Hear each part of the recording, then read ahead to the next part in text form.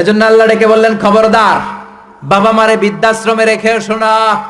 তোমাদের জ্বালা যন্ত্রণা বাবা মা সহ্য করেছে, তোমারে ঘর থেকে বের করে দেয় নাই, এতিমখানায় রেখে আসে নাই। এজন্য বাবা মা যদি ঘরের মধ্যে পেশাব করে পায়খানা করে পরিষ্কার করবা, তাহলে তোমার জীবনটারে উজালা করে দিবে কে? আল্লাহ। বৃদ্ধাশ্রমে রেখে আসা যাবে? বাবা মারে যদি বৃদ্ধাশ্রমে রেখে আসো, মনে রাখবা তোর কপালে বৃদ্ধাশ্রম জুটবে না। তুমি যদি বাবা মারে বৃদ্ধাশ্রমে রেখে আসো, তুমি বয়স্ক হলে তোমার কপালে বৃদ্ধাশ্রম নাই, ঠিক কি না? ভাঙ্গা থালা হাতে নিয়ে তুমি রাস্তায় ভিক্ষা করে খাবা।